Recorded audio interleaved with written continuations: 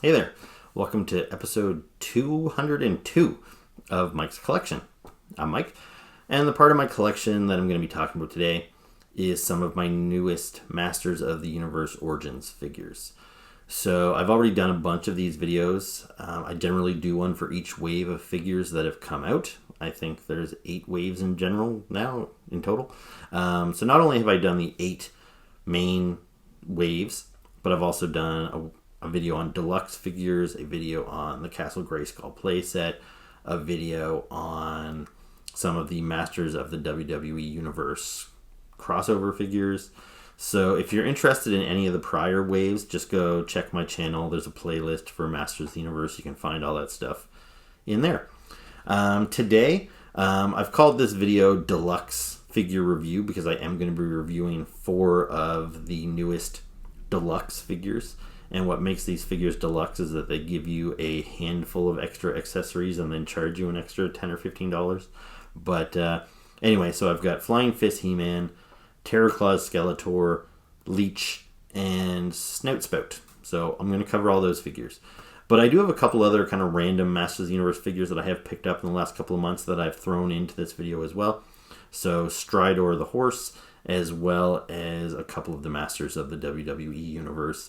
So those guys are in here as well, even though those aren't technically deluxe figures. So, yeah, I don't have much more to say now. So, yeah, I'll just jump right into the toy review. I hope you enjoy it. And, yeah, here we go. So the first new deluxe Masters of the Universe Origins figure we're going to take a look at is Flying Fist's He-Man. Now, this figure is based off of a vintage figure from the 80s of the same name, but I never had that figure. For me as a kid, I started collecting Masters of the Universe in the very first year that it came out. So I had the original He-Man and my brother Doug had the original Skeletor, and we never got any secondary versions of them. Now, the version 2, which was the battle armor that had the action feature was battle damage, I still thought those figures were pretty cool. And I knew a lot of friends that had those figures, so I was pretty familiar with them. But beyond that, they put out a couple of more He-Mans and Skeletors, and I don't even know if I knew all of those figures existed. I didn't pay a whole lot of attention. I really only collected Masters of the Universe for a few years, like 2 to 3 years, and anything that came out beyond that just wasn't really on my radar. So the original Flying Fist He-Man, I didn't have it.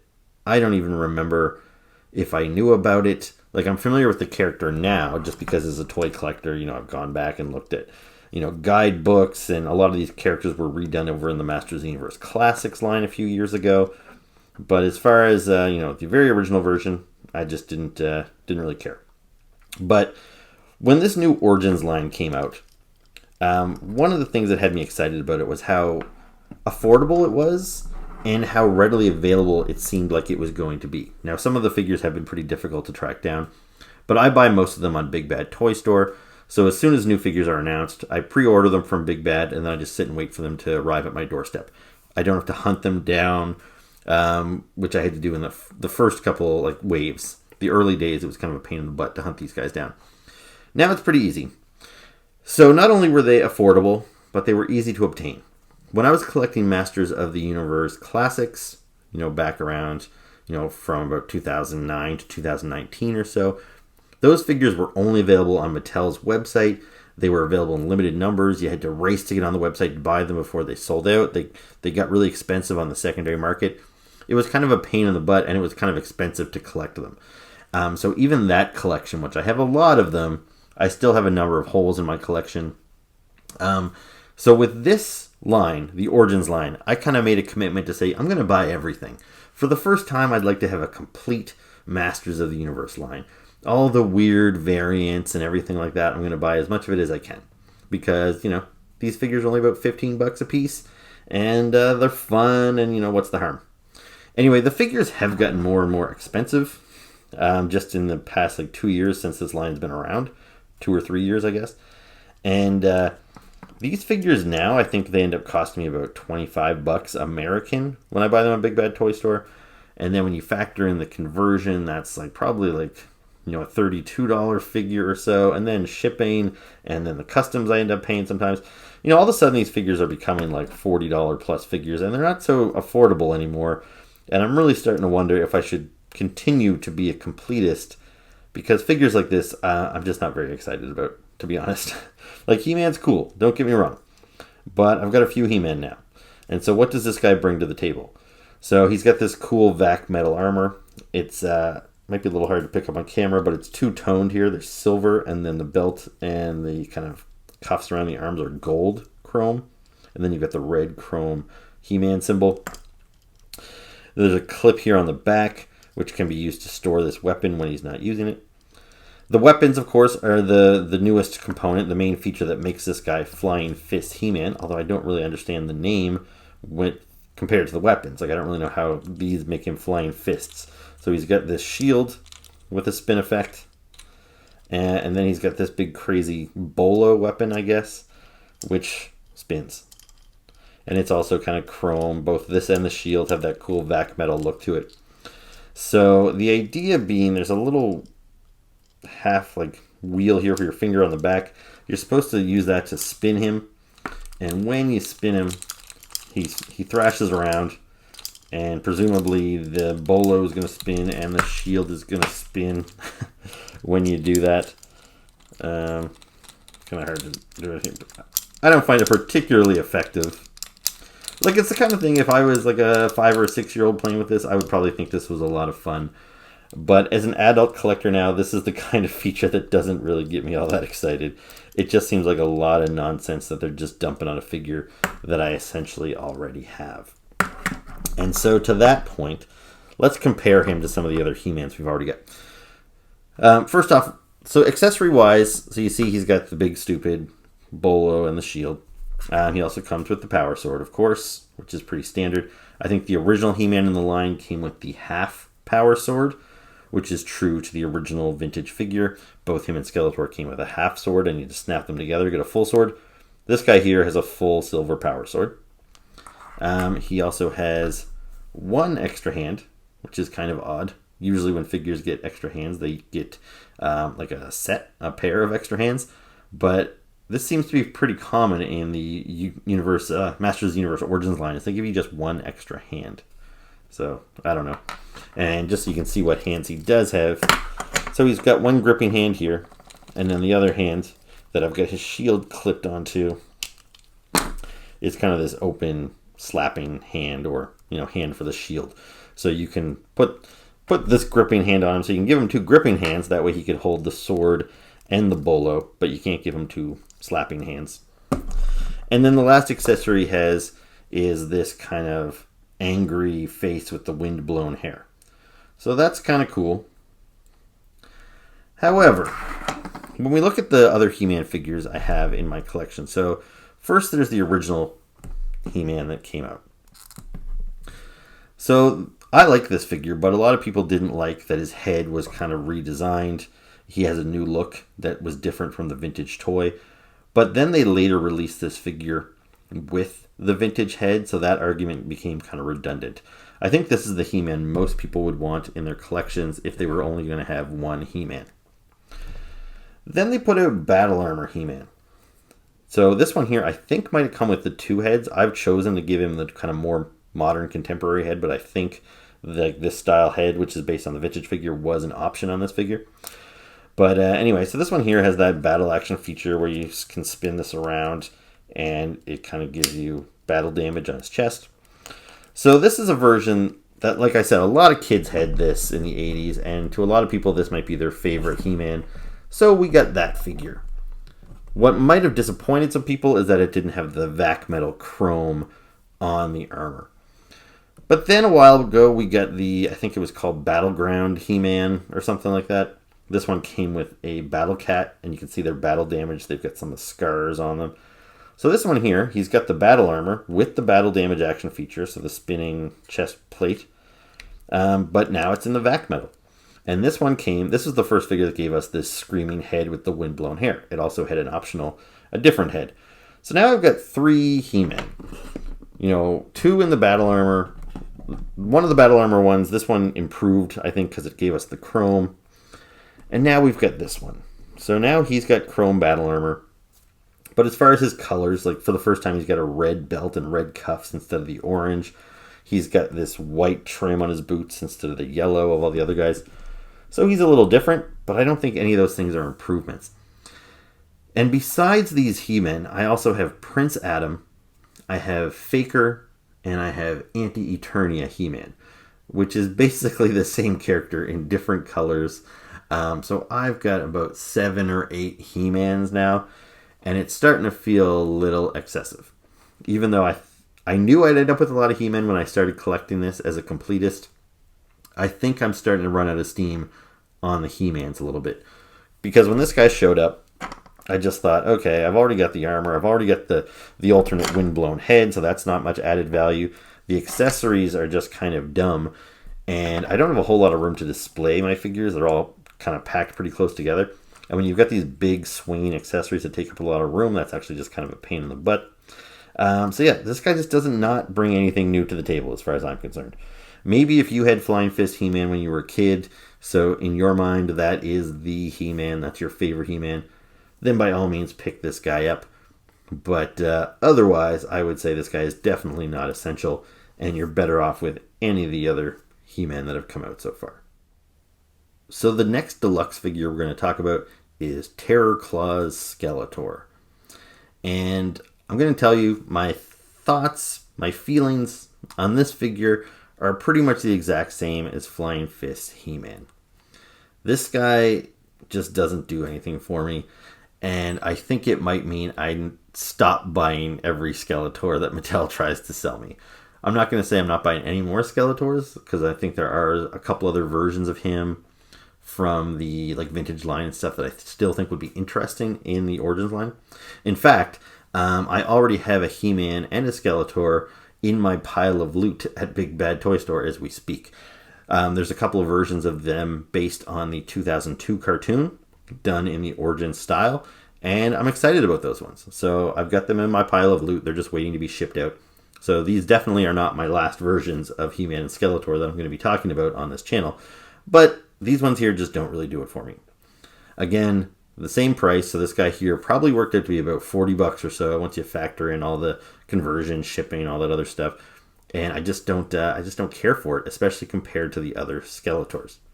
So this guy came with the Terror Claws, as per his name. Now, at least that makes sense. Flying Fist He-Man didn't make sense to me because it wasn't like he had, I think if He-Man had maybe big gloves and the fist popped off, that would have made sense. Flying Fist He-Man.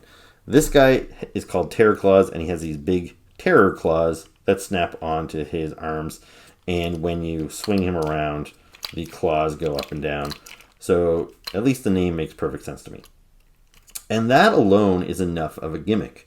What's kind of weird is that this Skeletor has kind of 2 gimmicks. He's got the terror claws, and then he also has this big crazy dinosaur clamping claw or something. Now, like He-Man, it's got that little storage on the back. So this is how the He-Man's bolo could have been stored as well. You can just kind of tuck it in there. And you can't use this item in conjunction with the terror claws. But if you want to take one of his terror claws off here, and then you put this thing in his hand like so. Now he's got this big stupid dinosaur, and when you spin him around, it thrashes about. The mouth opens and closes. One of the big problems I've had with these Masters of the Universe Origins figures from the very get-go is that they have very loose grip. You can see their fingers aren't very long, so they don't wrap around appropriately. So everything sits in their hands pretty loosely. Anytime I pick these guys up, they're dropping their weapons because they just don't hold them very tight. So for an accessory like this, where the whole premise is for it to hold in his hand while you spin him around wildly, I find this and He-Man's bolo kept flying out of his hands. So not great. I wish they might have improved the grip for these figures, but they didn't. So besides all those accessories, he also came with his Havoc staff, which is pretty standard Skeletor accessory. He also came with 1 extra hand.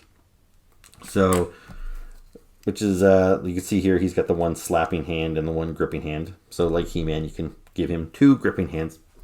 And this Skeletor also came with an extra head. So you can see I've got him with his more kind of standard, I guess, grinning head, we'll say there. And then there is this more, I guess, laughing head. Now, I'll be honest, I'm not a big fan of either of these heads. I think we've gotten better ones. They're not terrible. If I had to choose, I think I probably like this one better. But anyway, so that's what we get for accessories. Now, as far as Skeletors go, so my first Skeletor was this one here. So this is the standard Skeletor. And then we got the Battle Armor Skeletor, just like the He-Man. Now this one here, this isn't the head that came with this figure, but I really like this head, so that I decided to put it on here. So now I've got 2 Skeletors in my collection. And then thirdly, there was a 2-pack Target exclusive. I think it was called The Rise of Evil.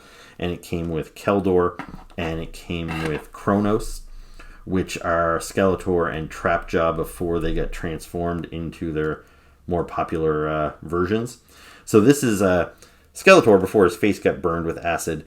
So you had the option to display him with this head or this Skeletor head. So I decided to keep him on my display as Keldor, but I took his head that came in that pack and I put it on the version 2 Skeletor. So now I've got those 3 characters on display. Like I said, I've got another Skeletor coming. So, you know, I think I'm pretty well stocked for Skeletors. So do you need this guy?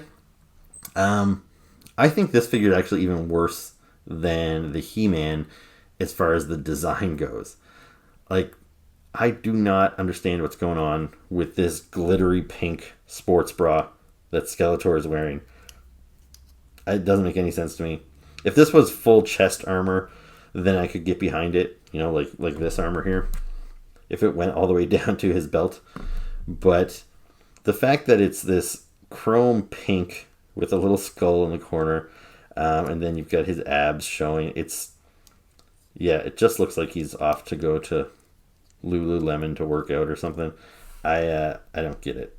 And anytime I look at it, I just kind of snicker at what is Skeletor thinking wearing this on the battlefield. So yeah, a pretty silly figure. Definitely not essential. I do like the Terror Claws feature and it works pretty well.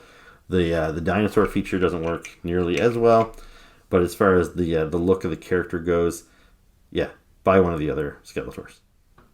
So the next deluxe figure we're going to take a look at is Snout Spout. And this is one of the heroic warriors that teams up with He-Man. He's an elephant. He's a robot. He's a fireman, I guess. I don't know. This is one of those weird characters. Masters of the Universe is full of weird characters. And I think this is probably one of the weirder ones. I don't have a huge attachment to Snout Spout. I did not have the original one when I was a kid. I think actually my little brother Brian might have had him. But yeah, Brian kind of collected toys on his own. It was separate from me and my brother. Me and my brother Doug shared a bedroom. We played together. We were only 2 years apart. But my younger brother Brian, who was 5 years younger, we didn't really play together. So yeah, anyway, I think he might have had a Snout Spout, but me and Doug never did. And I think this character might have come around late enough that he wasn't really featured in the cartoon, at least not prominently for sure. So yeah, I don't really have much of an attachment to this guy. Now, when Masters of the Universe made a comeback in 2002, Snout Spout was one of those characters that never had a chance to make it into the action figure line, but the Four Horsemen did design a very cool looking updated version of this guy, and they made it as a staction figure, which is one of those action figure size statues that you could display with your action figures and they fit in perfectly. But I think it was just a way around the licensing agreement once they couldn't make action figures anymore, so they made statues. Anyway, I really wanted that Snout Spout action figure because I thought that staction figure because I thought it looked really cool, but they weren't easy to find in my area, and I never ended up getting it. Anyway, when I started collecting Masters of the Universe again, when the Classics line came out around 2009, Snout Spout was one of the characters that they made in the Classics, and I picked him up, and he was fine. He looked a lot like the classic or the vintage version of Snout Spout. However, a couple of years after they released Snout Spout, they put out a package of just heads based on the 2002 designs. And I thought Snout Spout was way cooler in the 2002 redesign than the vintage look. So I took that new head and I put it on my classic Snout Spout. So here is my classic Snout Spout. When I bought this figure with this body, he had a head that looked more like this. That's off in storage somewhere right now. And it was also subject to damage because I think the nose was made out of like a soft, pliable plastic. And it's my understanding that those things have kind of rotted over time. They've deteriorated. Anyway, this head here, based on the 2002 design, is harder plastic. It's not, the snout is not posable. So that shouldn't, deteriorate at all. But you can see here how they made him a much more badass looking elephant. Like, this guy is cool. And I think it definitely elevated the classics figure. He wasn't one of my favorites before when he had the other head, but once you put this head on him, I think he's awesome. Anyway, so with this Snout Spout, it went back to the vintage look, which I think is a little goofier. But I knew he was coming with a second head, and I thought the second head was going to be modeled after this design, which I thought was a great idea. So I thought, you know what, I'm going to take off the goofy old school head. I'm going to put on the modern head. And then this guy will be just as awesome as this one. However, when I got this toy in hand, I realized that the secondary head is also goofy. If anything, he looks kind of cross-eyed. Like, by no means are either of these as cool as that head there. So that's unfortunate. Like, this is still a fun toy, and he's a fun character, but he's not a cool character without that other head. So this one here, it's got an articulated snout. You can see a joint there, so you can move it around a little bit. And then it's got those white eyes, which look kind of cross-eyed to me. This head here is the one you need if you want to engage the action feature, which is to have him spray water, just like the vintage figure. So this is a softer rubber. You see there's a little hole at the end of that. And he comes with this backpack. So this head attaches to a hose. The hose attaches to this backpack, which you fill full of water. And when you squeeze it, the water will travel through the hose and spray out the trunk. So again, if I was a kid, that's the kind of stuff I would think was super fun. But as an adult collector, I'm not going to be filling this guy with water and spraying him. So it's a little redundant. I don't really need it. And I find the hose kind of awkward. I think out of these two heads, I don't know. I might prefer this one. Maybe not. I think they're both kind of goofy looking. But at least with this head, you don't have that big rubber hose attached to him.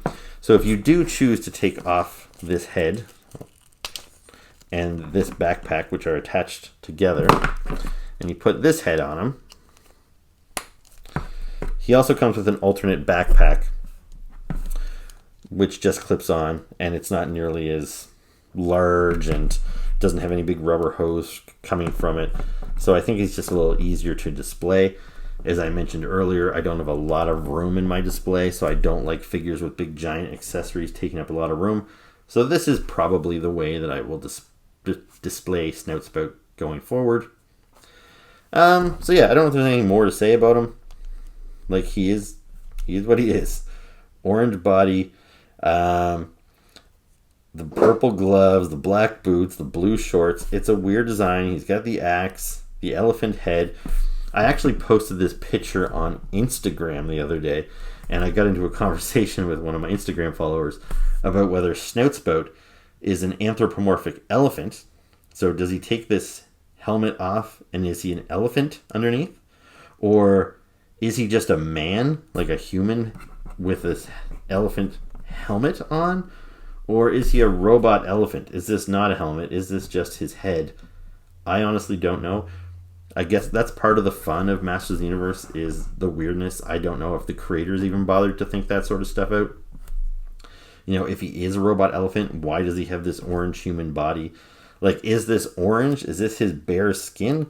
Like, maybe he's just a mostly naked orange guy with a big helmet on. Or is this like some sort of orange tights that he's wearing?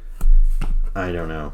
I bet if you dig deep enough, there's probably a website with all the information that gives you background on this character. I'm too lazy to look it up. I just like to kind of ponder about it. But anyway, there's Snout Spout.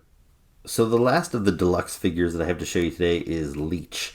And this guy here is one of my top 5 favorite Masters of the Universe characters. I had the vintage figure when I was a kid. I don't have it any longer, unfortunately, but I loved this figure. He was super cool looking, and he was super fun. A lot of the Masters of the Universe figures had these fun play features. For a lot of the original figures, the play feature was the same. It was spin them at the waist, and their arms would punch back and forth. But then you got figures like Mechanic, who had an extending neck, or you had Stinkor, who stunk, or a Snout Spout that sprayed water. You know, they started to give you all these unique features. And when the original Leech came out, he looked a lot like this. The Origins figures do a really good job of recreating the original figures, just with added articulation. So if I had the original Leech figure here to compare, you would see kind of just how similar these two figures look to one another. Except this guy here, he's got, you know, elbow joints, which the vintage didn't have. He's got knee joints. He swivels at the boot cut there. There's just a lot more articulation on these guys. Their arms can go to the side, which the vintage figures couldn't do. But looks-wise, it looks very similar. He's got that kind of big, wide torso that the original figure had. And he's got this very distinct face, which is pretty goofy. So you see he's this big monster with this big mouth. But then from the front view, it's this cartoony looking, like I guess this is the interior of his mouth and these are the teeth. Like it looks really silly. But I'm kind of used to it because that's how the vintage figure always looked. And it's because they went with functionality over appearance, I guess. So Leech is all about sticking to things. So he's got a giant suction cup on his face. So you can stick Leech and he'll stick. And then there's a little tab on the top. So you just pull that and the suction cup comes loose. He also has that on his hands. So you can stick Leech to the wall, to the window, just by using the suction cups on his hands. Now the vintage figure, I could be remembering it wrong. He was sculpted this way, so his feet look like suction cups, but I don't think the feet were working suction cups. But in this case, they are. So I can stick Leech to the window or whatever with his feet. So that function still works really well. And it's the kind of thing that doesn't really hinder the figure. You know, like with the Snout Spout and the Terror Claws Skeletor, I was complaining that as an adult collector, I don't really need those features that were meant to appeal to children. But this one here, it's still just as fun, you know, in my 40s as it was when I was a little kid. Getting to stick Leech to things is just great. He's just a fun character. He's very unique looking. Love this guy. Now, for accessories, he came with his Horde crossbow. I can't remember if the vintage Leech came with a red crossbow. He probably did, since they gave us a red one here. All of the different Horde members, they all had a crossbow. And because some of them didn't have like hands, like this guy, you can just kind of clip them onto his wrist. So that's how he holds his crossbow. The play feature of these crossbows did not work so well. You're supposed to basically pull this little tab back and the thing springs forward like a little battering ram almost. But you see you get very minimal movement. It moves forward a couple of millimeters. And then it's got this kind of monstery head that looks like Bosk on the front. So, very cool. So, like I said, I don't have the vintage figure here to show you. In 2002, Leech was another character that did not make it into the action figure line, but they made a Staction figure of him, and I thought that Staction figure was awesome. It was this big, hulking, hunched-over version of Leech, and, you know, gone was the suction cup face. Now he looked legit scary. I really wanted that thing, but I never saw it anywhere, so unfortunately I never got it. However, when the Classics version of Leech came out, they kind of took a lot of those elements from the Staction figure, and this is what we get here. So you can see how the design is definitely similar. Like he's got the same outfit on and everything like that, but they have embellished him a little bit. He's got this shoulder armor here, but the biggest difference being the head. So you see now he's got a legit open mouth full of teeth. So the side, you know, is true to what we got on the vintage figure, but instead of that big silly suction cup, now we just get to stare into this guy's big gaping maw there, and he's a lot more creepy. And these suction cups don't work, but you can see they sculpted him with suction cup hands and suction cup feet. But yeah, the Classics line did away with a lot of the play features, so they didn't really get to do that. But anyway, one thing that I think is really awesome about this Leech is that he came with, so not only does he have alternate hands, so you can take those out and you can give him these hands, which make him feel more like a legit action figure. Maybe you don't want him sticking around all the time. So now you've got these creepy hands here. But also they gave you an alternate head. So you can take this one off and put this one on. And now you've got a head just like that Classics one's there. And I'd be hard pressed to choose. Like, obviously I think this one looks cooler, but that suction cup one is just, I'm so used to it from my childhood, and that suction feature is so fun. I really don't know which one I'm going to display him with. But anyway, it's really cool to have the option. And this is definitely one of my favorite figures from the Origins line thus far. Not only is he one of my favorite characters, but I just think it is a very successful translation into the modern design. So yeah, big thumbs up on Leech. So the next figure I want to talk about is Stridor the horse. So is this a character or a vehicle? I don't really know. I don't remember much about Stridor. I didn't have him when I was a kid. It seemed a little silly to me for He-Man to have a horse because he already had Battle Cat. But I think the packaging art on the original figure showed Fisto riding in Stridor, so I guess it was kind of deemed as Fisto's horse. But anyway, I didn't have it. I don't know much about him. I don't remember if he was in the cartoon or not. If he was in the cartoon, I don't know if he talked. It wouldn't surprise me if he talked, because Battle Cat talked and She-Ra's horse Swiftwind talked. And the fact that this is a robot horse would make almost even more sense that it should talk rather than a normal living horse. But anyway, so here's Stridor, and he's pretty cool. And for what he is, I still thought this was pretty affordable.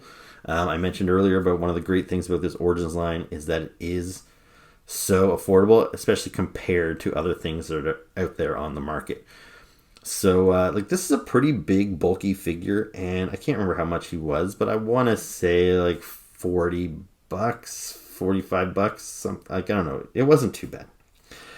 Especially, like, when I bring in a figure here, like, you see the size of them. Like, there's a lot more plastic going into Stridor than your average figure. So, yeah, he's a robot horse. There's a closer look at him. Got some old school stickers on him, which is fun.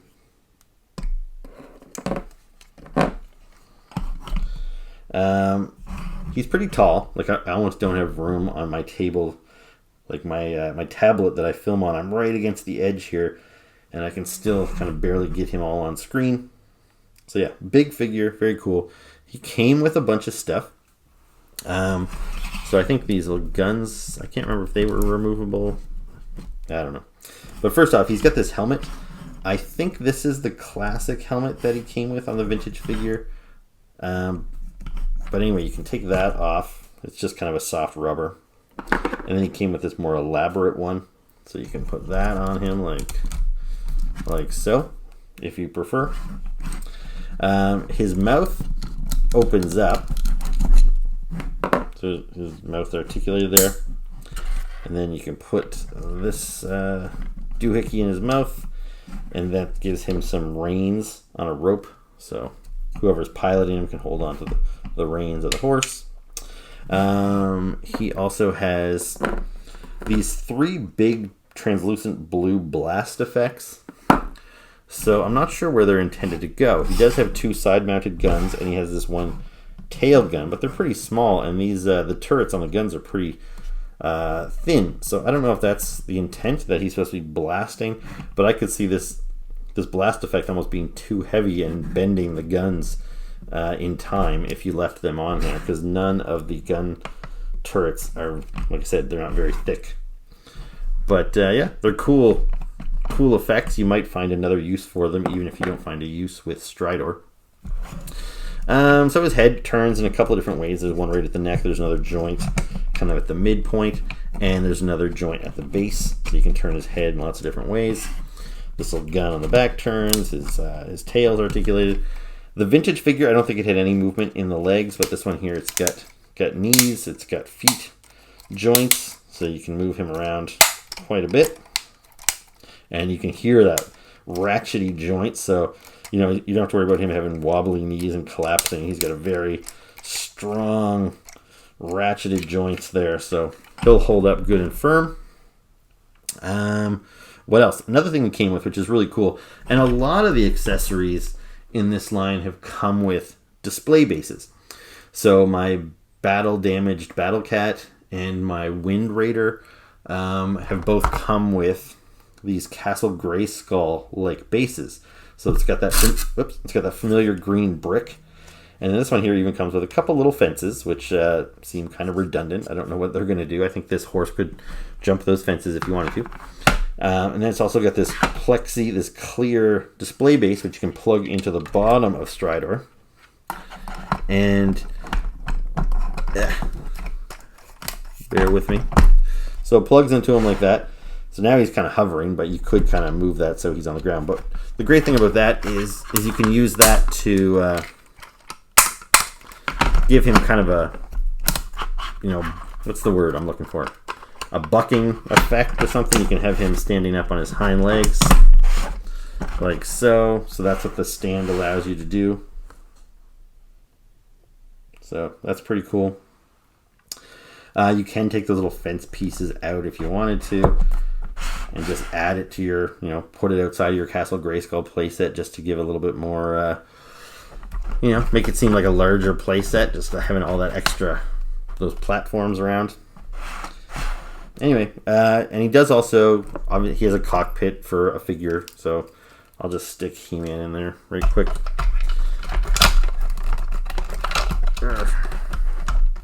So that's basically what it looks like when you've got a figure riding inside of him.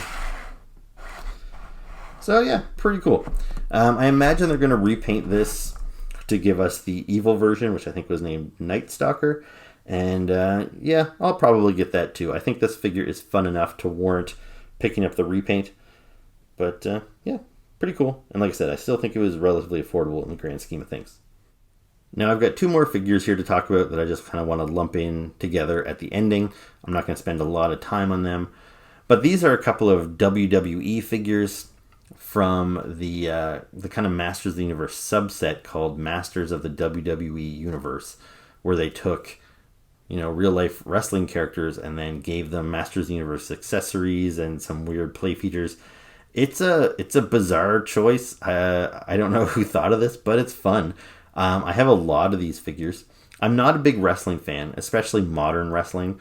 So when they put out a character that's pretty much from the 90s onward, I don't really care about those wrestlers. Like this is Randy Macho Man Savage, obviously, and this is Becky Lynch. I don't know anything about Becky Lynch because she's a modern, like a contemporary wrestler. I only watched wrestling when I was a little kid. So Macho Man, Hulk Hogan, Jake the Snake, you know, Sergeant Slaughter. Those were all the characters I grew up on. And they've previously released all of those figures in this kind of mashup series. So it's fun to get those old retro guys. I bought Becky Lynch, even though I don't know who she is, partly because, I don't know, I thought she blended in with the Masters Universe better than the standard character. Like Macho Man's got these goofy sunglasses. Like he clearly looks out of place standing next to Skeletor and Zodak and stuff. But when I look at Becky Lynch, she looks like she could very easily be, you know, a denizen of Eternia. She kind of looks like Red Sonja with her red hair there. So, yeah, I kind of thought, yeah, she's just a cool figure to put on my shelf and populate my Masters of the Universe collection, whether she's a wrestler or not. So you can see she's got, she borrows a lot of the same pieces, I think, from Teela and Evil Lynn. I think the chest piece is new, but the shield, which says the man, because, yeah, I think that's kind of her catchphrase, as she calls herself the man.